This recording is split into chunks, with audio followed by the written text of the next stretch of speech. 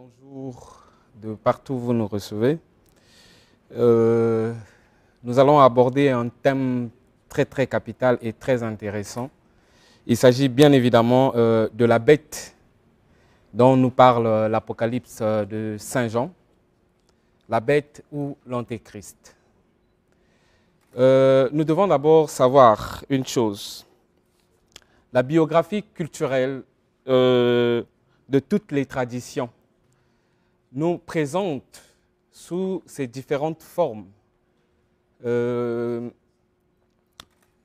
dieux, sinon que des divinités, avec des représentations animales. Donc, on va retrouver notamment, nous parlerons de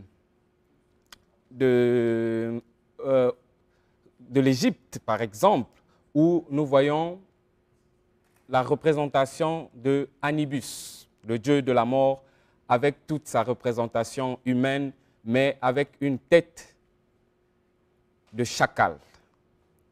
Cela illustre simplement que la bête n'est pas quelque chose qui devrait, ou une personne qui devrait venir et qui fera l'objet d'un culte, mais simplement que la bête est innée en l'homme. C'est-à-dire que chacun de nous naît avec une certaine bestialité à l'intérieur de lui. Vous allez remarquer que la majorité de personnes où la personne à sa naissance a une tendance très éducative à vouloir ou à un enseignement du bien, mais il est né mauvais. Il rencontre donc une orientation, sinon qu'une motivation, une éducation à pouvoir faire le bien. Donc, on doit pouvoir l'éduquer, l'orienter, etc.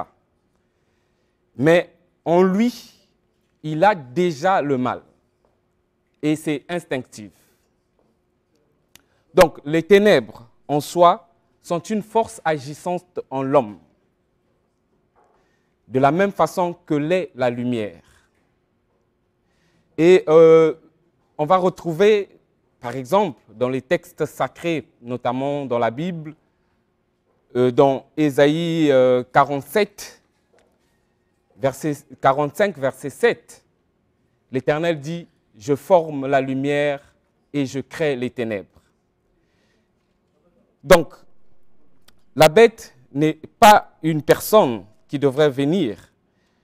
Et la bête aussi, en soi, n'est pas, je disais, la bête n'est pas une personne qui devrait venir, mais c'est une force qui est à l'intérieur de nous tous. Et cette force, vu qu'on a parlé de la bête et de l'antéchrist, cette force va pouvoir renforcer en nous le mauvais côté qui va faire que nous puissions adorer, ce qui va faire que nous puissions avoir des tendances antéchrist. C'est-à-dire que la bête est innée en nous, l'homme naît avec, et cette bête à l'intérieur de nous va commencer à nous faire adorer plus des choses matérielles, des choses qui attrait à la science, va commencer à nous donner des tendances à croire plus au matériel qu'à la divinité en soi. Donc nous devons comprendre, comme je le dis, que la bête n'est pas un individu qui va venir, que nous allons vouer un culte qui va influencer notre psychologie, mais la bête est innée en chacun de nous. Et l'antéchrist, c'est cette psyché, cette manière, cette réflexion, cette tendance que nous avons à se pencher aux choses matérielles. Par exemple, aujourd'hui, nous pouvons voir que l'antéchrist est déjà présent dans les communautés, dans les églises. Quels sont les messages que nous véhiculons aujourd'hui? Ce sont des messages à tendance matérielle. Aujourd'hui, quand nous allons par exemple à l'église, le seul culte que nous avons nous tend vers le matériel. Que Dieu me bénisse, que j'ai de l'argent, que Dieu me bénisse, que j'ai une maison, que Dieu me bénisse, que j'ai ceci et cela. Donc, on oublie le fondement même christique. On oublie à qui nous devons vouer un culte et l'adoration. Donc, je disais à qui nous devons vouer un culte et une adoration.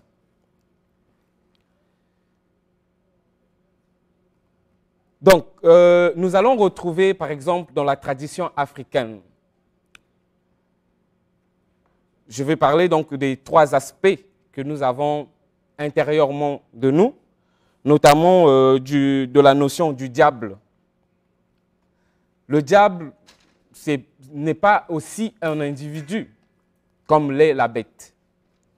Et comme on nous le prédit dans les différentes églises, dans les différents messages qui sont véhiculés.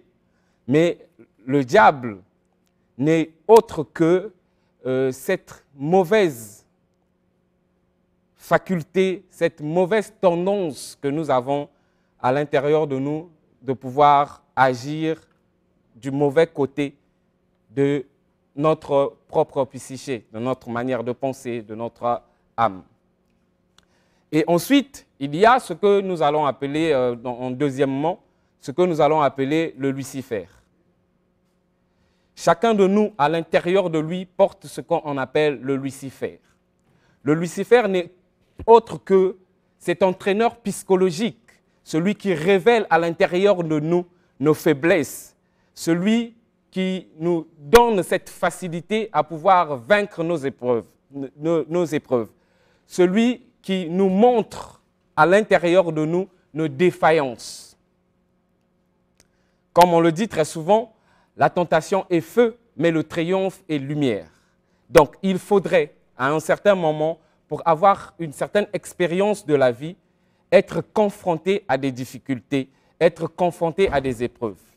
Et cela relève de cette particularité que nous avons à l'intérieur de chacun de nous, que nous appelons le luciféré, qui veut dire, simplement en latin, le porteur de lumière.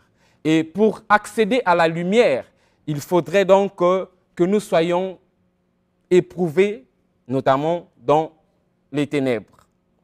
Parce que, comme nous le savons tous, la lumière est fille des ténèbres. C'est des ténèbres que jaillit la lumière.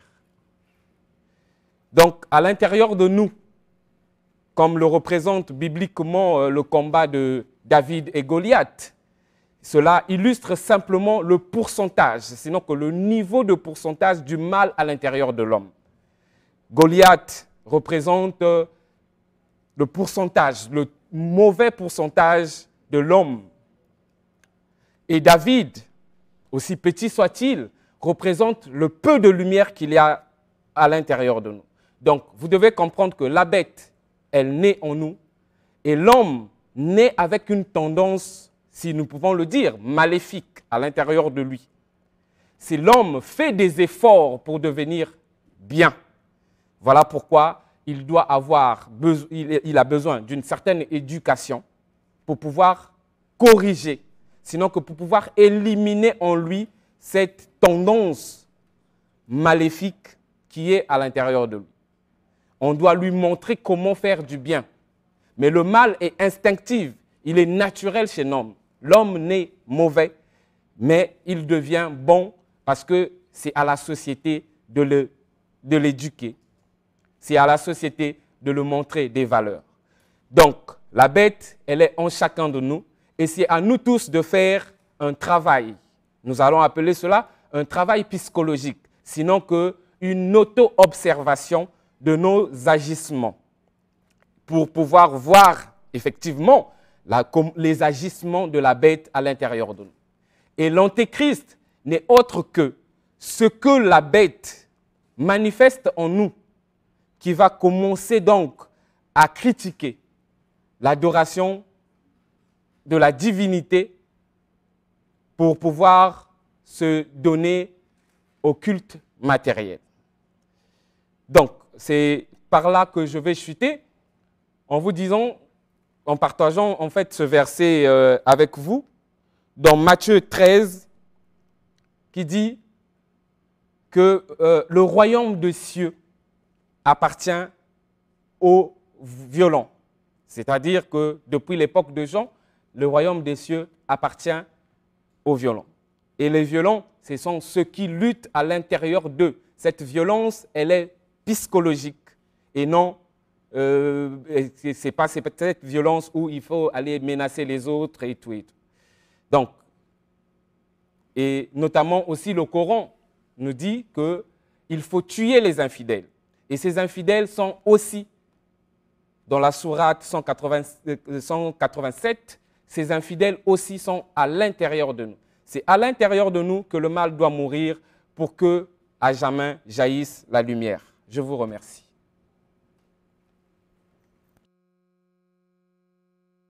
Au 627 03 20 pour tous ceux qui veulent partager ce magnifique thème en profondeur. Je vous remercie.